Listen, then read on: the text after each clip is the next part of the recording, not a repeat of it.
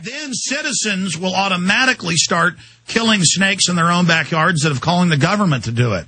Yeah. And then citizens will start putting up their own fences and start learning how to defend themselves and then the wealth and money and ideas go back into the free market. Instead of, I look at the general public, they're totally domesticated. Yeah. I'm domesticated, controlled to my dad, compared to my dad. He's domesticated compared to his dad. I mean, we really are becoming weaklings.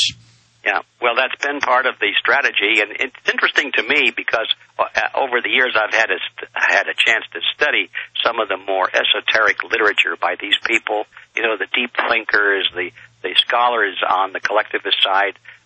You don't run into their names often, but they've written books, they've given speeches and lectures, and some of them are in academia, and they waxed eloquent about how wonderful it would be to domesticate the human race and breed out of them all of these aggressive instincts, as they say, you know, and to convert the human animal into a productive and kind and gentle thing.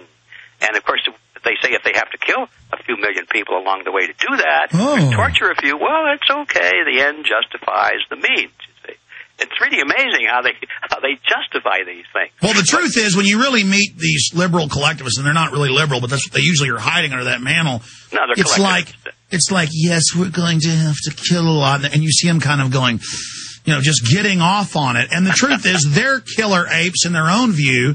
Yeah. They're just high-functioning psychos who act like they're these egalitarians, and really, they're just a bunch of lunatic control freaks that need to be dealt with.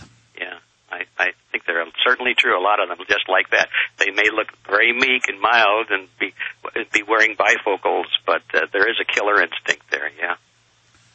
And we've got to reharness our killer instinct for defense. That's the problem. I found really intelligent, overconfident, nice, friendly people are gregarious, good-natured, don't want to get involved. We kind of just sit back, and then there's these little greedy, weak people who want to get in the power and that hate those of us that are strong. And I found that to be the secret to eugenics, is they sell it to the strong as, oh, we're just going to make the strong and the healthy have more of the world, which is bad enough because it always leads to evil. But in truth, they're actually targeting the strong. Well, yeah, they're targeting... the strength or the weakness of an individual has nothing to do with their plan, even though they say that it does. But what their plan is focused on is the ideological orientation of the individual. Strong or weak, if they support their collectivist agenda, then they are to be defended and preserved. If they're opposed to the collectivist agenda, then they're alleged to be defective and must be eliminated. So strength or weakness is measured primarily in terms of the degree to which individuals support their agenda. But like an animal farm, when the big stallion workhorse breaks his back trying to make more money for the pigs, then they load him up and sell him to the glue factory. So they also, at the same time, do hate the beautiful, the smart, the intelligent. Most of these eugenicists are like goblin-like creatures who want to pull everything down. Yeah, they get to be very analytical about society. They look at the human being as a machine, something to be controlled and directed, and, you know. In fact, my mind just went back to that famous line attributed to the Rothschilds. I had it in my book, but it said the rulers of society, and they were referring indirectly to the Rothschilds in this sense, they look at man as a machine and woman as a toy. I thought, boy, yeah, that's quite an egalitarian view of the world, I would say. But they certainly do look at men as machines to be controlled and put to work, and if they don't work well, then destroy them. Yeah, programmed. Well, I want to take a few calls for G.Edward, Griffin, Ronnie, Rob, Adam, Greg, and Chris, and that'll be it. We can take those 5. Sorry to the others. But I wanted just to get your view on the carbon tax. This is wildly unpopular. I think it's going to blow up in their face, not letting anybody read the bill, 300 pages of it. Now we've got it, and they're trying to pass the Senate. Federal home inspectors and selective carbon taxes on who they want. It's like Obama selectively deciding who can keep their dealerships. I mean, we're really seeing a takeover, and the gas, the honeymoon, is running out quick on this guy. Well, yes, and I certainly agree that people are fed up with all of it, and this just is like another straw on the camel's back. But I'm not so sure about whether they're going to not be allowed to continue. Because, these people really don't care what the American people think right now. They've come to the point where they just sort of go ahead anyway. I mean, this whole issue of global warming is a perfect example. I would say that about a year or a year and a half ago, if you were to poll the average citizen out there, the overwhelming majority of them would say, oh, yes, we've got global warming. Yes, it's something that's very serious, and we've got to do something about it. But now, with all of the scientific evidence that has come out and all of the obvious fact of global cooling that's been taking place for about a year now, I think if you poll the average person, they'd say, yeah, there's a bunch of bunk. There's no global warming going on at all, and these guys just want to use that as an excuse to have a tax and have more power. That's the drift of the thinking, but does it stop Congress? Does it stop the Senate? And that's the key. The president? And no, it doesn't even slow them down. They don't give a damn what the American people think. They've got their own agenda, and they have the power to execute it. So that should be a wake-up call for people.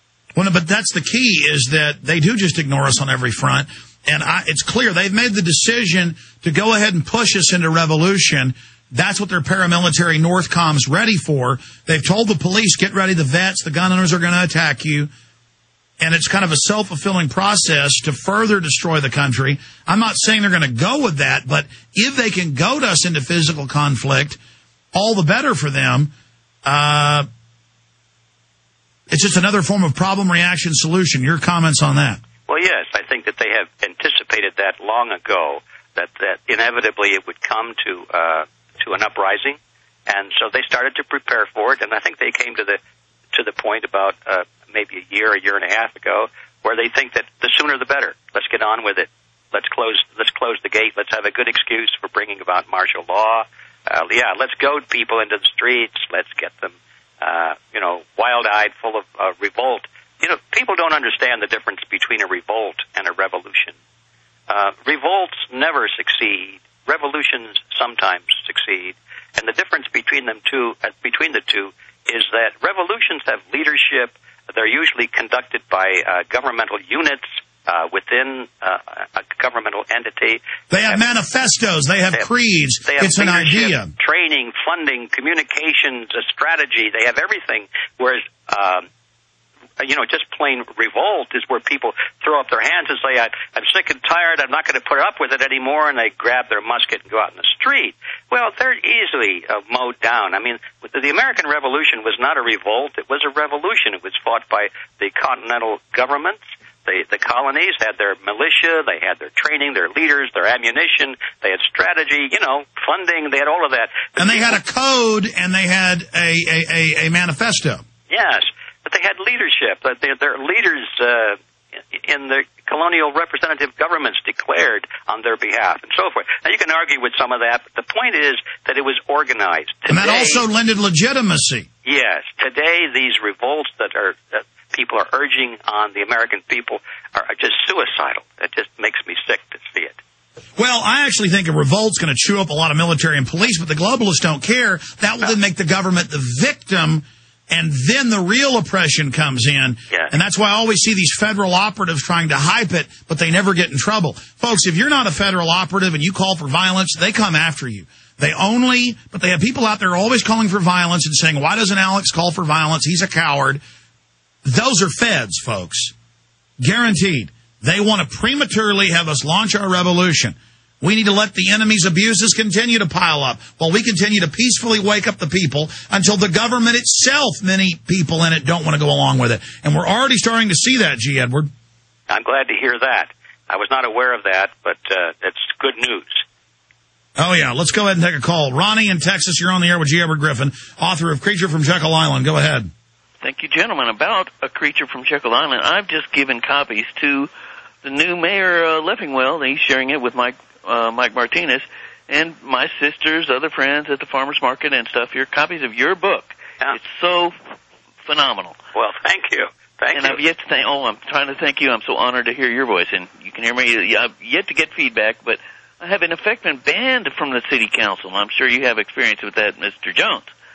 But OBGYN Dr. Ron Paul Revolution of Love for Liberty in Our Sacred Constitution, through the campaignforliberty.com, just keeps on keeping on. I had to throw that in there. But about what you were saying earlier, elitism is at the core of all of this. Bigotry and elitism. And so eugenics is fundamentally evil, and it's one of our main problems in defeating eugenics is the fact that there is some truth in what they say about human overpopulation. I mean, the population of humans on Earth has more than doubled in my lifetime. And thus it is a real challenge for survival in the future. But I also agree with you, Mr. Jones, and Mr. Watson, your previous guest, that the killing people is not the answer. Obviously, there are no guarantees. Well, here's the deal. Even if you think we're overpopulated, which actually is disinfo at many levels, some of the technologies are dirty and bad and have problems and need to be perfected or improved on. The issue is all this eugenics isn't about population. It's about control